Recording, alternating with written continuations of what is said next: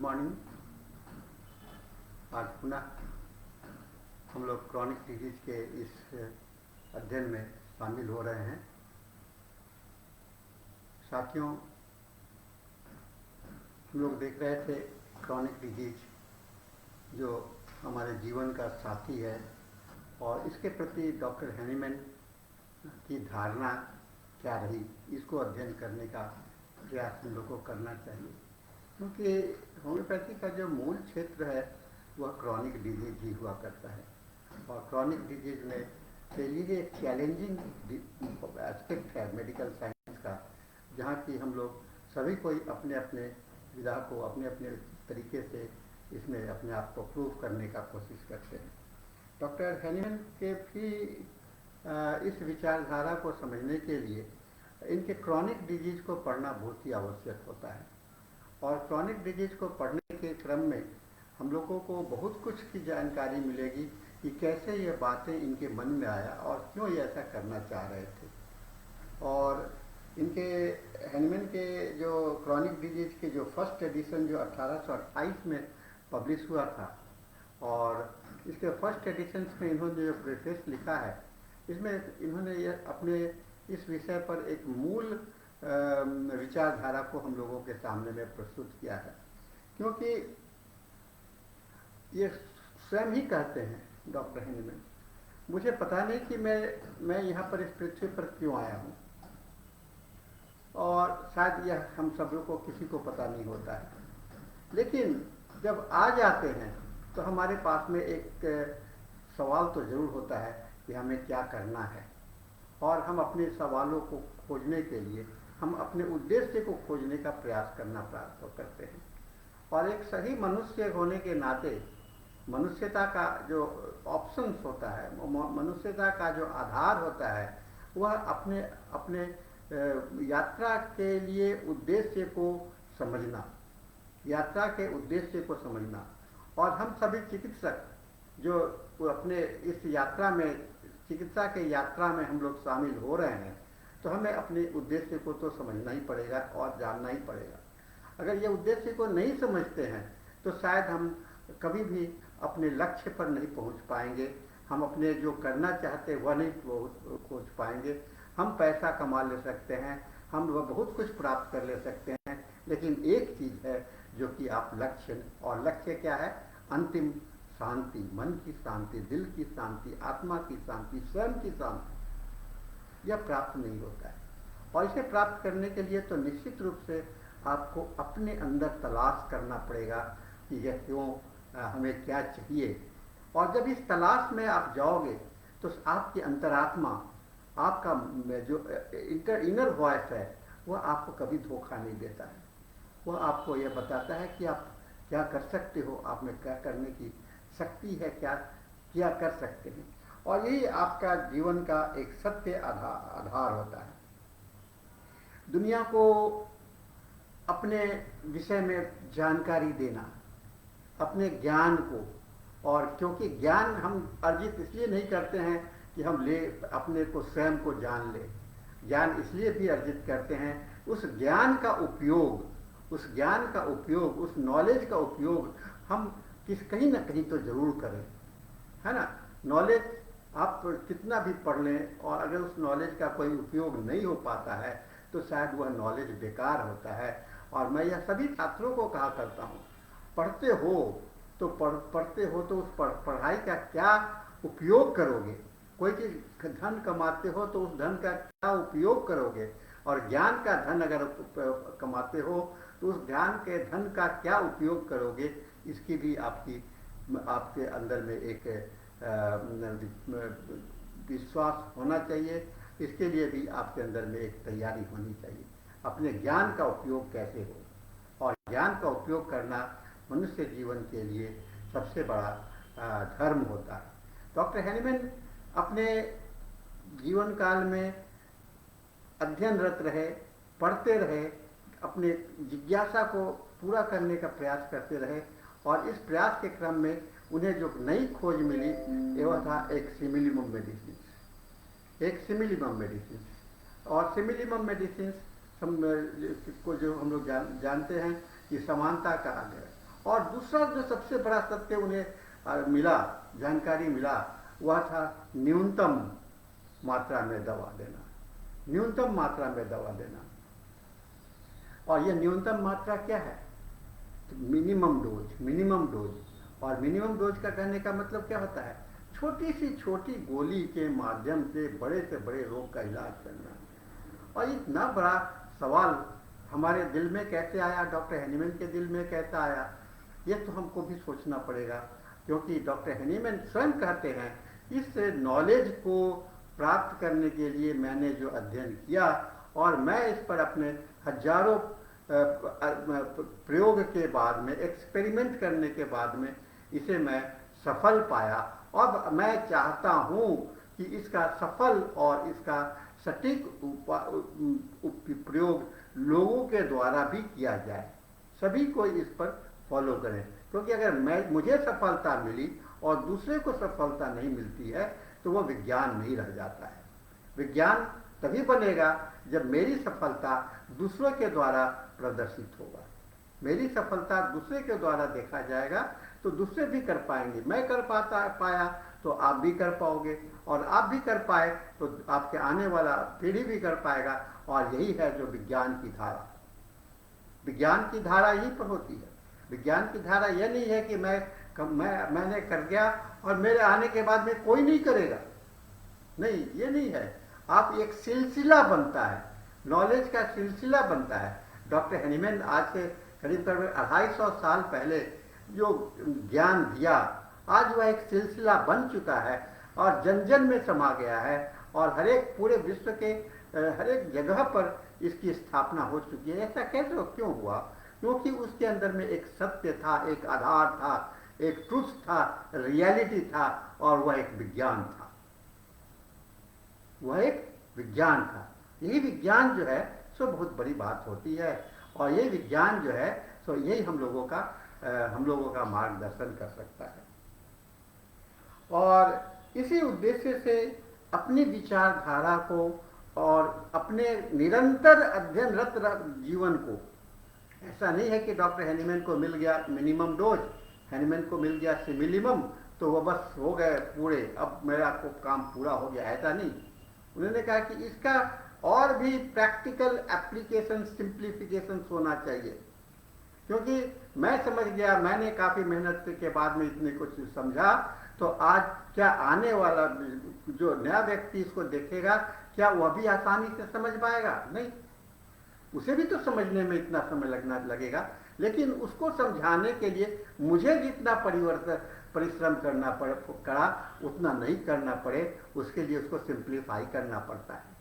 और इसके लिए उन्होंने जब अध्ययन रोगियों पर निरंतर प्रयोग करते रहे, हजार प्रयोगों उन्होंने किया, अध्ययन किया, एक्सपेरिमेंटेशंस किया, प्रैक्टिकल अप्रोच को अपनाया, थ्योरेटिकल अप्रोच को अपनाया, और सारे करने के बाद में उनको जो ज्ञान, उनको जो नॉलेज मिला, वह आपको उन्होंने उसको transfer of the knowledge to the future generations, आने वाली पीढ़ी के लिए उन्होंने ट्रांसफर करने का उपाय भी हम लोगों को कहा। और कहा यह हमारा ही नहीं, हर एक लोगों के अंदर में ये धारणा होनी चाहिए कि मैं अगर कुछ पाया हूँ तो उसका उपभोग सभी कोई करे।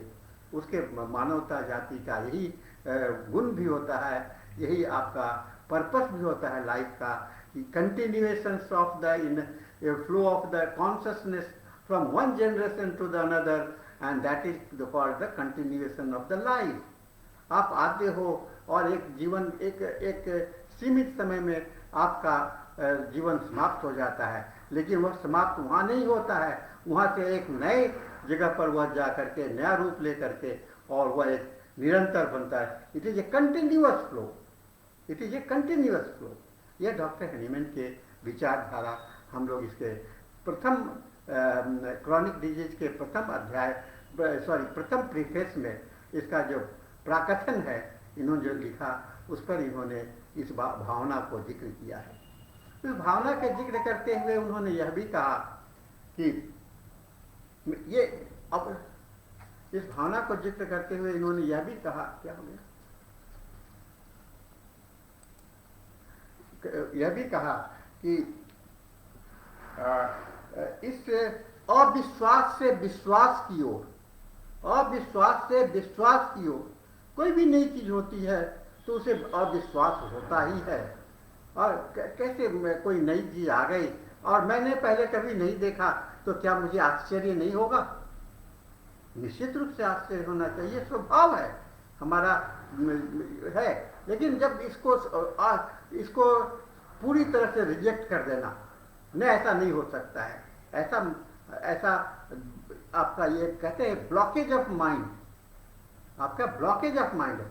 दिमाग को खुला रखोगे ना, दिमाग को खुला रखोगे तो बहुत संभावना हो सकता है। हम लोग रामायण पढ़ते हैं और रामायण में पुष्पक विमान की कल्पना की गई थी, आज नहीं। अब आप लोग पुष्पक विमान पर चल रहे हैं, लेकिन उस समय में की गई थी। और अगर वो लोग उस समय में नकार देते, उस पर अविश्वास कर लेते, तो शायद हम लोग यह पुष्पक विमान जो आज हवाई जहाज पर उड़ रहे हैं, चांद पर जाने की कल्पना कर रहे हैं, शायद यह नहीं हो पाता। कहा कि open, keep the mind open, अपने दिमाग को खुला रखो। और दिमाग को खुला रखोगे तो आपको उसमें कुछ नया, दिमाग को खाली रखना है और उस खाली जगह में कुछ समाने का प्रयास करना है, उसके अंदर में डालने का प्रयास करना है।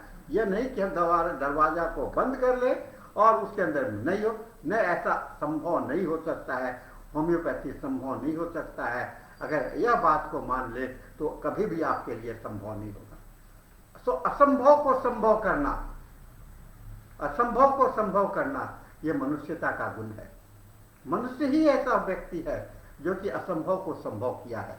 और बहुत सारी बातें ऐसी है, प्रमाण है, इतिहास बताता है कि बहुत सारे असंभव की बातें आज संभव हो चुके हैं और एक सरल हो गया, हमें सहज हो गया, जीवन का एक सामान्य प्रक्रिया के रूप में हम लोग देख रहे हैं। हम लोग घर बैठे बात कर रहे हैं और घर बैठे मैं आपसे लेक्चर दे रहा हूं और घर बैठे मैं आपको ये कर, क्या ऐसा दूरदर्शन की बात कभी सोची जा सकती थी? और जो कि पहले भी कही गई है। ये सारी बातें को डॉक्टर हैनीमैन ने आपको, और इसके साथ में ना तीसरे पैराग्राफ में कहते हैं इसके लिए तो रिस्क उठाना ही पड़ता है, इसके लिए तो आपको रिस्क लेना ही पड़ेगा। सफलता और असफलता के डर में कभी भी आगे नहीं बढ़ सकते हो और सफल असफल की भावना को छोड़ दोगे तो आप जीवन में आगे बढ़ने के लिए तैयार रहोगे। इसलिए लाइफ इज ए चैलेंज, और चैलेंज में जो कहते हैं कि जो डर गया सो मर गया, जो डर गया सो मर गया। करोगे, फेल करोगे, करो, फेल करना कोई गलत बात तो नहीं है, फेल करना बहुत अच्छी बात है, क्योंकि हर एक फेल करने के बाद में मुझे नए अनुभव प्राप्त होते हैं, नए अनुभव प्राप्त होते हैं। वो हमारे लिए एक नई सीढ़ी बनती है और उस नई सीढ़ी के आधार पर हम आगे बढ़ सकते हैं।